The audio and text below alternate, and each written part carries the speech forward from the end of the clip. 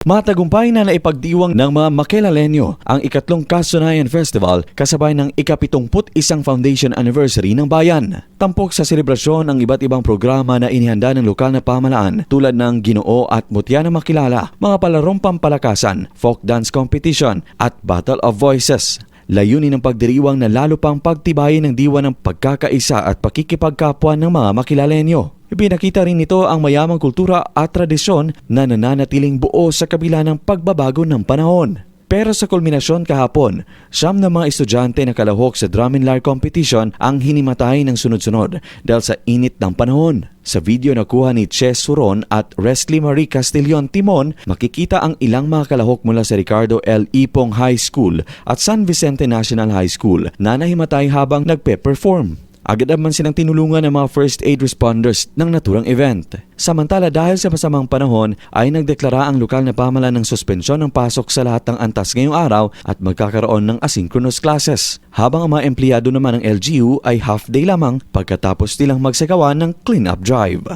Luigi Alan Tutor, NDBC, Bida Balita.